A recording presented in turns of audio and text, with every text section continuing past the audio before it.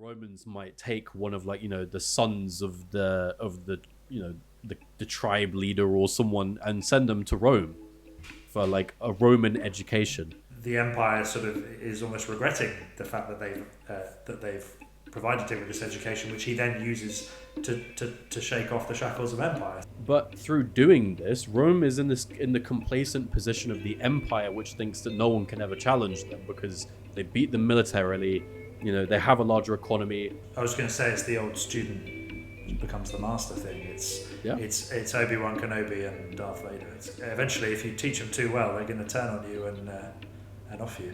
All the European empires, especially the British Empire, had sacrificed so many people from different nations that were part of the empire. They couldn't ask them to do any more. So you can perfectly understand how these countries were so we've done our part now, let us go. A lot of the Germanic tribes who fought against Rome in the earlier stages were very much individual tribes going and fighting against Rome, other than a few specific instances. But over time, and this is something that the book addresses, so bringing it back to the book, is, empires develop as an entity by themselves to start with. Once they're established, they then have you have the periphery of the empire. So you have like the inner periphery and then the outer periphery. The inner periphery is kind of like your border states and your, things that are directly in contact with that empire and maybe trade with them on a regular basis. And then the outer periphery is kind of, maybe a second degree of separation. Maybe they have occasional trade, but they're not directly affected necessarily by this empire. So what we have here in this specific scenario is that the Germanic tribes were the inner periphery to the Roman Empire. And over time, obviously the empire may subjugate the inner periphery and they might exploit them, they might beat them militarily, they might take their stuff. But over time, they develop a somewhat symbiotic relationship through trade or other means or so on. And over that time, you're in proximity to the empire. It's inevitable that the peripheral states are going to gain more knowledge. They're going to learn from the empire. They're going to develop their own practices of agriculture, military strategy, government structures, all these other things. They're going to learn how to be more of a coherent kind of entity. And eventually they're in a position to challenge the empire. And that's how it played out. Because over time, you had Germanic tribes that banded together, formed confederations with, multiple, 2, 3, 4 different tribes all fighting together or banding together as an economic kind of pact or whatever you want to call it. Those confederations, usually in the earlier stages of kind of Germanic Roman conflict, they might form a confederation, fight against Rome, lose, and then disband and sort of go fragment back into the individual tribes. Later on, because a lot of the some of the leaders that came out of the Germanic tribes had more knowledge of how to form proper alliances, how to build military structures, how to have a government structure that held their countries, well, not country necessarily, but held their kind of confederation together. As soon as they'd go and fight the Romans, they might lose the battle, but they don't fragment anymore. So instead of it being a case of, okay, we smash one big group of them and then they all go back to fighting each other, they smash one big group, they go away, lick their wounds and come back again in a year or two. So all the while, they're trading with Rome. They maybe learn more things from them. Sometimes when, different tribes were captured or subjugated, the Romans might take one of the sons of the tribe leader or someone and send them to Rome for a Roman education, which obviously seems on the face of it is good, but obviously that's them almost humiliating that tribe and taking their heir, making them Roman. But it's an interesting parallel, isn't it, to the British Empire again, because a lot of the sort of sons of empire, the political leaders in the various countries, like Gandhi being one, in India, they receive a British education, Yeah. And Gandhi's an interesting one. You could sort of say, you know, the empire sort of is almost regretting the fact that they've provided him with this education, which he then uses to shake off the shackles of empire. So it's a kind of, he turns it against them. But it's always a, you know, and the same with the French Empire too. In sort of North Africa and all the rest of it. I mean that's basically that's essentially kind of where the book takes it, to be honest, because over time, I mean, what I found most interesting and something that I wasn't necessarily super clued up on is the fact that over time you had, obviously, Rome grew to a massive extent, and when it reached the kind of peak of its territorial expansion, there's obviously then a disconnect between the inner empire and kind of like, you know, Rome and its immediate region, and then the outer empire, which is obviously very far away logistically from the inner empire. So a lot of these regions are developed by Rome. You know, Rome goes in, they implement their own ways of government and military and agriculture, all these things. The people who do these things in the local regions, they're not just Roman people who just up and leave one day and no one knows what to do anymore. They're teaching the local people how to do these Roman things. So over time, you know, Germanic tribes were trading, you know, they were trading goods with Rome that Rome couldn't get before. For instance, I mean, there's some documented evidence that Germanic confederations and tribes, obviously, they traded amber from the Baltic region with Mediterranean kind of settlements and Rome as well, because to Romans and Greeks and other kind of Mediterranean civilizations, they saw amber as a very valuable and precious thing for jewelry because it was something that they couldn't get hold of. So again, that's something that they traded with the Romans that they couldn't get before. So it benefits both sides to have this relationship, but through doing this, Rome is in the complacent position of the empire, which thinks that no one can ever challenge them because they beat them militarily. You know, they have a larger economy, and to a certain degree, that's true. They're never going to take over in the current state of affairs. However, the more that these other peripheral entities start developing, they figure out how to, you know, the blacksmiths figure out how to make Roman quality weapons. You know, they can suddenly temper steel better than they could before. They can make better shields than they did before. And suddenly the soldiers are trained better than they were like 10, 20, 30 years ago. All gets to the point. It's the old, you go. I was going to say it's the old student becomes the master thing. It's Obi-Wan Kenobi and Darth Vader. Yeah. It's you know, they're gonna. It's eventually, if you teach them too well, they're going to turn on you and off you. Well, that's the thing, because again, like, you know, I won't cover too much of like, the demise of kind of the Western Roman Empire on this episode, but like, you know, that kind of is how it ended. I mean, over time, the confederations grew; they got more powerful, more influential, more organized, and then eventually, as Western Rome itself was kind of facing a lot of economic turmoil, political turmoil, was really failing to kind of exert influence over its regions anymore.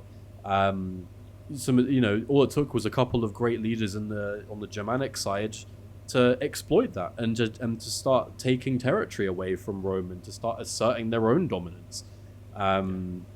So I think that was quite interesting, and then that's kind of like the Roman section of that part of, which I was reading about, and then the parallel it draws is obviously we've already kind of mentioned it with the British Empire in India, because one of the things that was the book mentions, and one of the things we talked about, was how, you know, obviously logistically, how can you compare Rome to, you know, the British Empire and the difference in technology? We had railways, we had, you know, different forms of transport that were much more efficient and quicker, and this spanned the entire world. The whole world was covered pretty much. You know, the sun never sets on the British Empire and so on.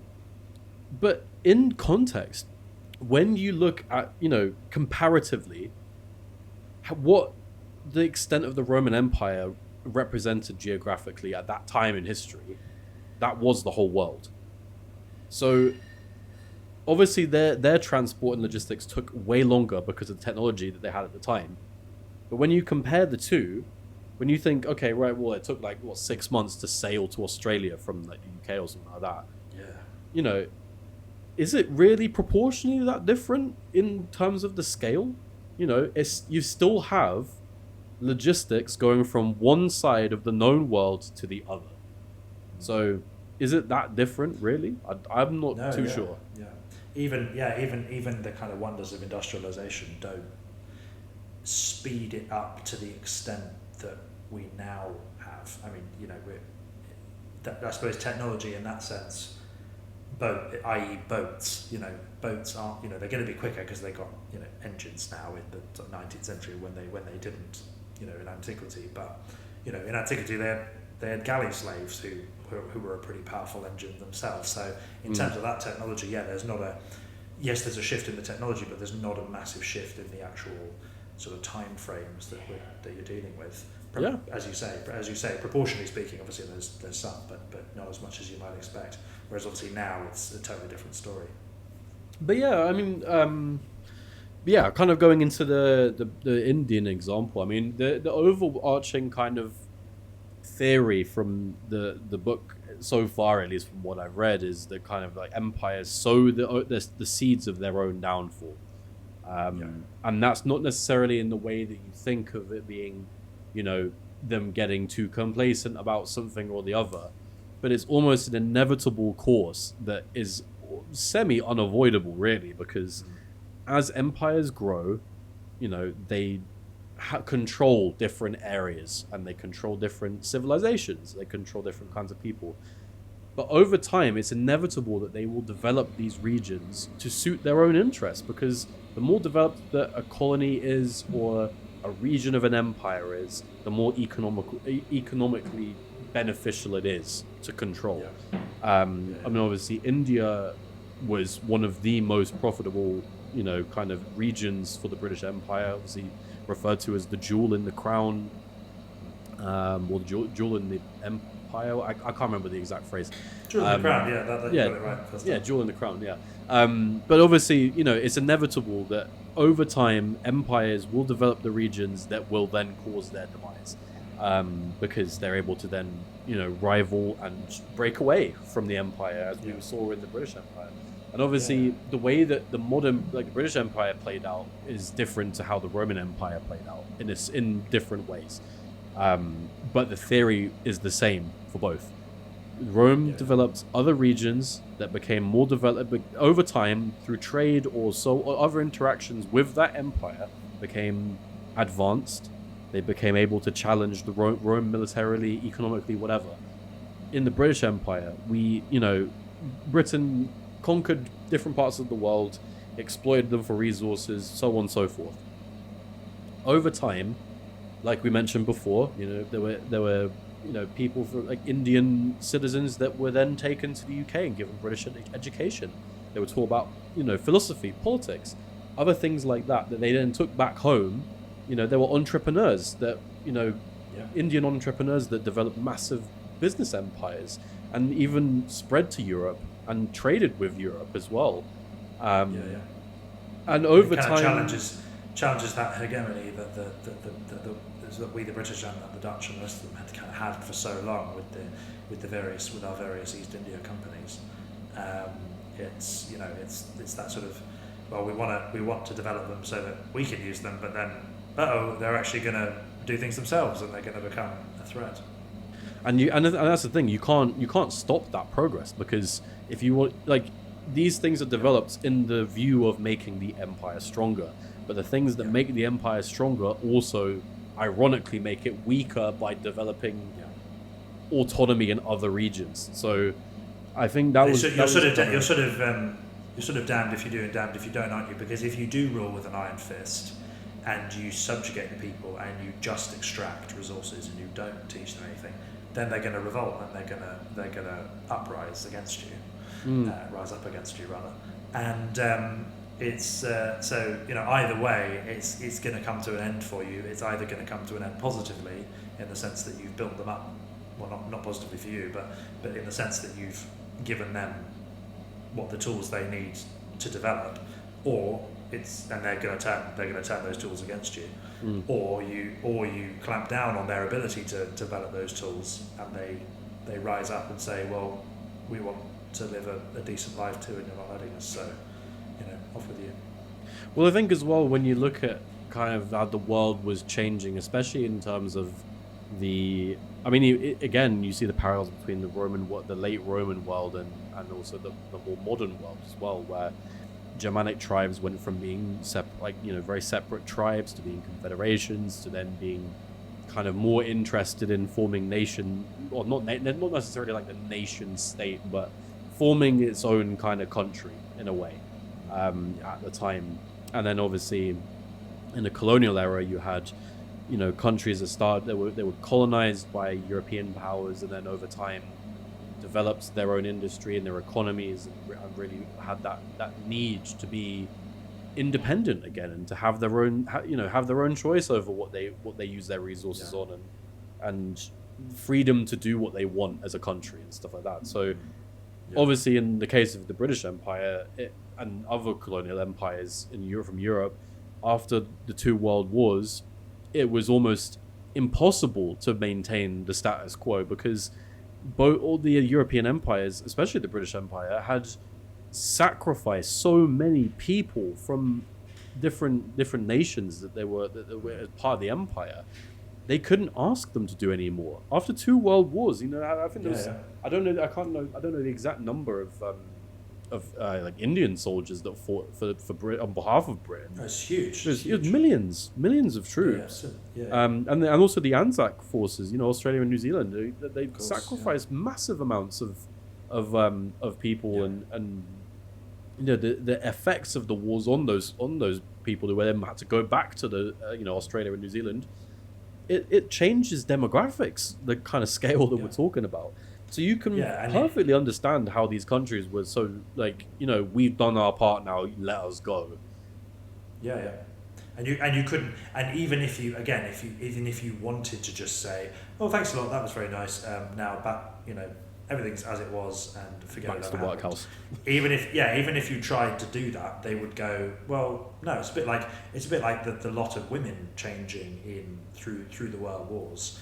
They, the number of divorces goes rockets after the Second World War in this country, in Britain, because women have learned so much they've gone out and they've worked, and they've formed these kind of sisterly bonds, and they've worked out that they don't just need to rely on their men all the time, and so they go, well, hang on a minute, I don't actually like the way I'm being treated by such and such who's just come back from war. I think I'll dump him, actually. And so so if you translate that over to empire terms, it's populations who are now are now sort of wise to the world and what it's giving them, and they go, well, actually, no, I don't fancy just doing that anymore. So it's a fait accompli. Either you say to them, like we did with India and the partition with Pakistan and all the rest of it. Either you say to them, okay, here you go, do it yourselves now.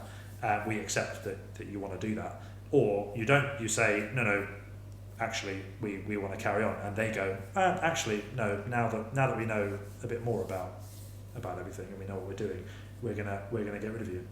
So it's that you can't put the jack back in the box. No. I mean, also an important note to that as well would be when doing kind of those partitions, not to just draw arbitrary lines on maps when you don't know anything about the regions or the people who live there, as Britain and France did. So there's a lot of consequences to. I mean, again, like Middle East, you can kind of look at it and be like, well, one way or another is probably either our fault or the French. So. And similarly to an extent, not so much with arbitrary drawing lines on a map, although it's similar in Africa.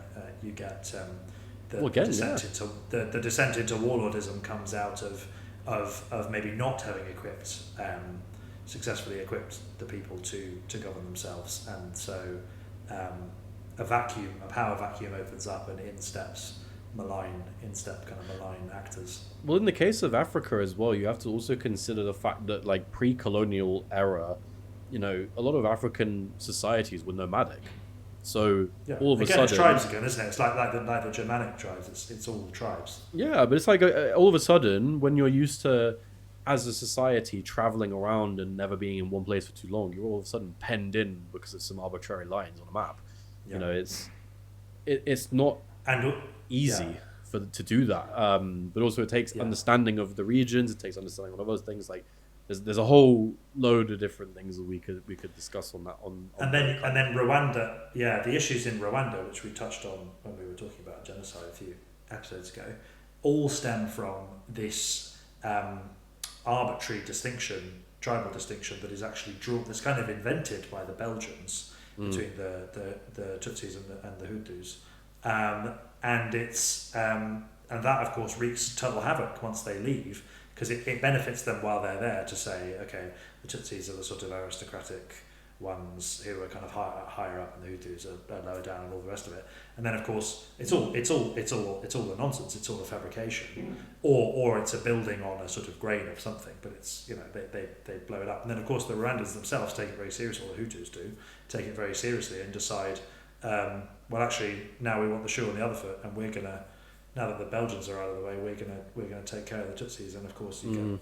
you know, in terms of the speed, obviously the Holocaust is the ultimate crime against humanity, but in terms of the speed of genocide, I think Rwanda takes the cake for just the sheer kind of, not in overall raw numbers, but just in the brutality with which it's executed. It's horrific. I mean, So again, it's a sort of strange one, that, because you're talking about tribal units, but sort of artificially, or certainly artificially inflated units that a previous colonial power has put in place because it suits them, and then they've buggered off, and all hell's broken loose.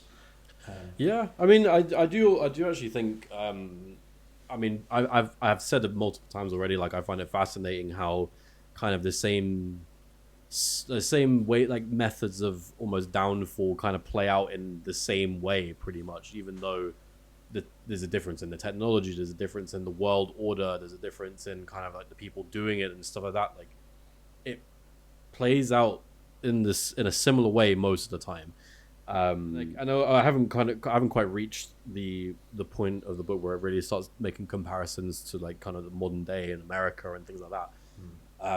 So I've got that still to look forward to. But I would actually say, kind of looking at, like, obviously we've got, you know, lots of America and European tension in the news right now, and it kind of brings to mind. I mean, this is again a bit of a side note, but we look at empire and we think, you know, that's ancient history. That doesn't happen anymore, and it doesn't happen in the traditional sense, I don't think.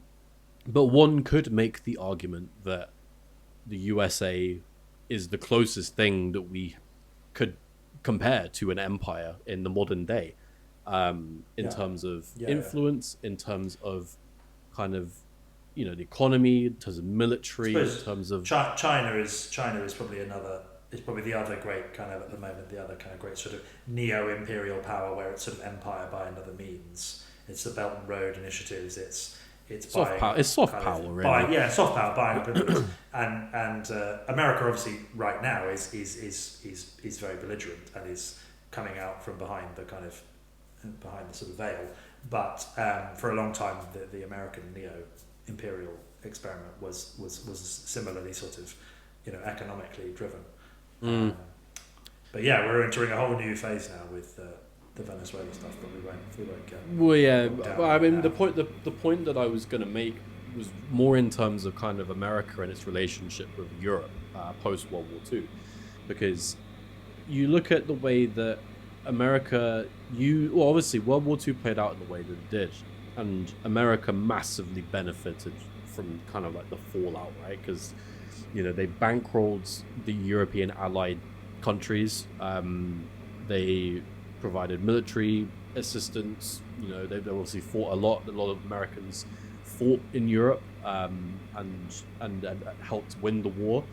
But also, you know, European countries took out massive loans from America to like rebuild their countries. Like Britain did, France did. You know, other European countries did. And through that, America kind of then transitioned into soft power, because They, you obviously had the adversary in the Soviet Union, which was their kind of boogeyman. Well, not boogeyman necessarily, but I guess you could say their main adversary. Let's call it that. Who they were kind of vying for influence over Europe with, and it was in their interests to develop things like NATO to, really kind of stand alongside the Western European countries to kind of be that kind of barrier between the communist world and democratic world. But as we're kind of seeing, obviously America did that by building loads of military bases. They stationed soldiers in European countries. They, all European economies are pretty much tied to America in some way, shape, or form in terms of business or whatever. But what we're seeing now is, maybe not a complete fracture of this relationship, but definitely a straining of it, where you have America telling Europe that they need to spend more money on defense, they need to build up their militaries more, they need to do their own thing now. Like we don't want to pay for your defense no more, and all these other things. So the European response is, okay, fine, we'll build more stuff, but we're not going to buy your weapons anymore because we can't trust you. And then that's obviously then met with like, wait, hold on. You need to still buy our weapons. We're just not going to help you. So it's like, well, you can't have your cake and eat it. It's not how it works on the geopolitical stage. But what I'm trying to get at is that, could we theoretically in this episode, given the theme and everything, could you maybe make a kind of comparison to Europe being the peripheral states to America in this situation, where over the best part of about 80 or so years, they benefit from the economic growth that America provided. They benefited from the military protection.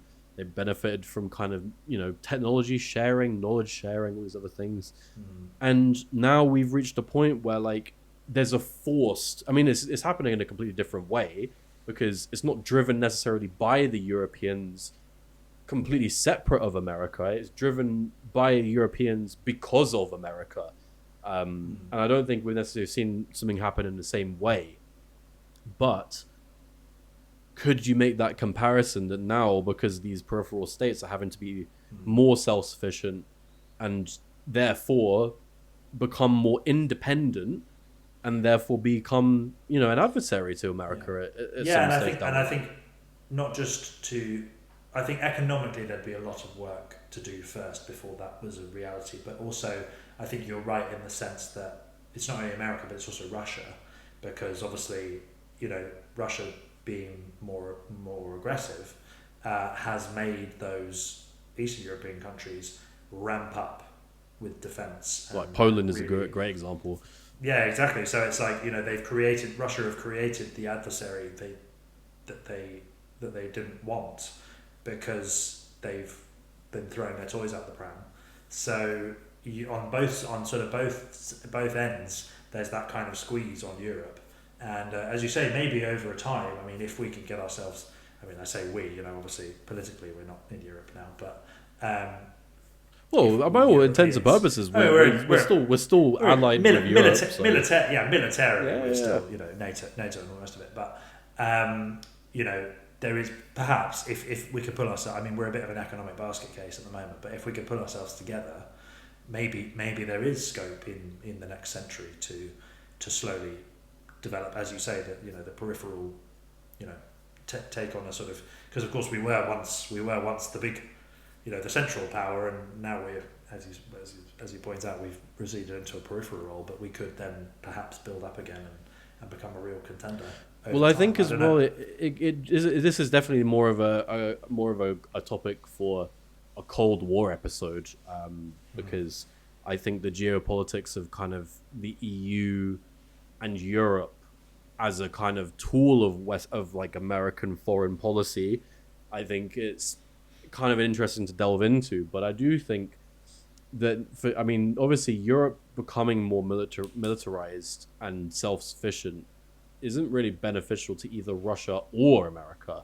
And I would actually probably argue that a lot of American soft power over the last sort of 80 years has been directed at kind of making sure that yeah, Europe is allied and is very closely integrated with America, but they're never able to kind of do it independent of the US, Yeah. because a strong, united, actually efficient Europe is arguably one of well, it could be a superpower if it all kind of came together in the right way.